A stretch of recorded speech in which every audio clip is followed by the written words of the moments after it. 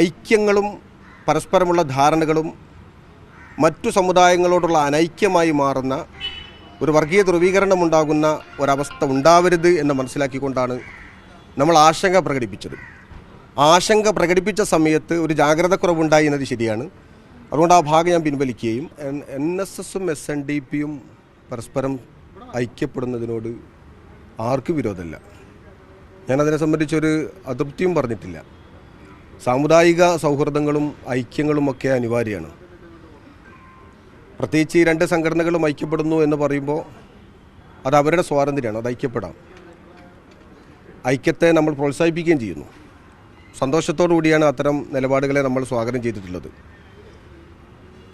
പക്ഷേ ആ ഐക്യം അപരമത വിദ്വേഷമാവാൻ പാടില്ല എന്നാണ് പറഞ്ഞത്. മറ്റൊരു മതത്തോടുള്ള വെറുപ്പിൻ്റെ പേരിൽ ഐക്യപ്പെടുക എന്നത് നമ്മുടെ രാജ്യത്തെ സാമുദായിക സൗഹൃദം നഷ്ടപ്പെടുന്ന വിധത്തിലാവും. അത്തരം സാമുദായിക സൗഹൃദങ്ങളെ നഷ്ടപ്പെടുത്തുന്ന വിധത്തിലുള്ള വർഗീയ ധ്രുവീകരണങ്ങൾക്ക് ആക്കം കൂട്ടുന്ന വിധത്തിലാവരുത് എന്ന ഒരു താല്പര്യമാണ് നമ്മൾ പ്രകടിപ്പിച്ചത്. അതല്ല, സാമുദായികപരമായി ഞങ്ങളുടെ ഐക്യം മറ്റു മതങ്ങൾക്കെതിരല്ല എന്നുണ്ടെങ്കിൽ അത് വ്യക്തമാവേണ്ടതും അതിൻ്റെ പ്രസ്താവന കൊടുക്കേണ്ടതും അതത് സമുദായ നേതാക്കന്മാരാണ്. ആ വ്യക്തത വരുത്തുന്നതിൻ്റെ ഭാഗമായി ഒരു ഉദാഹരണം സാങ്കല്പികമായിക്കൊണ്ട് ഞാൻ പറഞ്ഞു.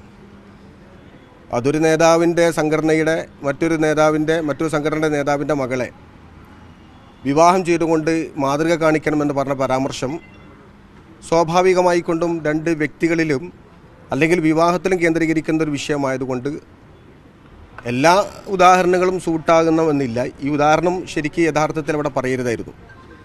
ഈ ഉദാഹരണം അവിടെ ശരിയായിട്ടില്ല. കാരണം ഞാനതിൽ ഖേദം പ്രകടിപ്പിക്കുകയാണ്. രണ്ട് സമുദായത്തോടും രണ്ട് സമുദായത്തിൻ്റെ നേതാക്കന്മാരോടും ഖേദം പ്രകടിപ്പിക്കുന്നു. കാരണം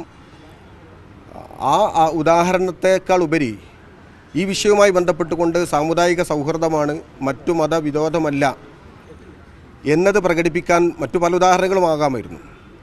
അതുകൊണ്ട് ആ ഭാഗം ഞാൻ പിൻവലിക്കുകയാണ്. ഞാൻ ആ പറഞ്ഞ സ്റ്റേറ്റ്മെൻറ്റ് പരസ്യമായിക്കൊണ്ട് തന്നെ ഞാൻ അതിൽ ഖേദം പ്രകടിപ്പിക്കുന്നു.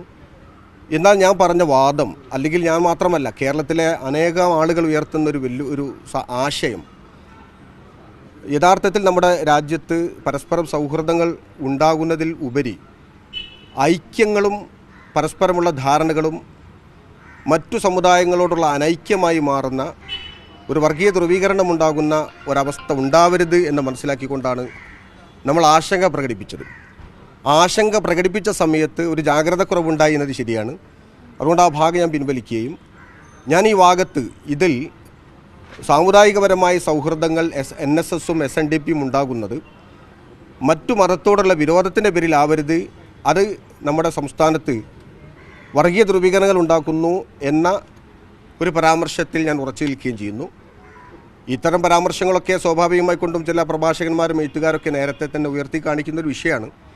പക്ഷേ എന്നെ സംബന്ധിച്ചിടത്തോളം, മാത്രമല്ല, ഒരു സമുദായത്തിലെ ഇത്തരം പരാമർശം മറ്റൊരു സമുദായ വ്യക്തി പറയുക എന്ന് പറയുന്നത് നമ്മുടെ കേരളത്തിന് യോജിച്ചൊരു സാംസ്കാരിക തലമല്ല എന്ന് ഞാൻ തിരിച്ചറിയാണ്. അതുകൊണ്ട് തന്നെ ഇത്തരമൊരു പരാമർശത്തിൽ എനിക്ക് രണ്ട് സമുദായത്തോടും സൗഹൃദപരമായ ബന്ധങ്ങൾ നിലനിൽക്കണമെന്ന് ആഗ്രഹിച്ചുകൊണ്ടാണ് ഇത് പറഞ്ഞിട്ടുള്ളത്.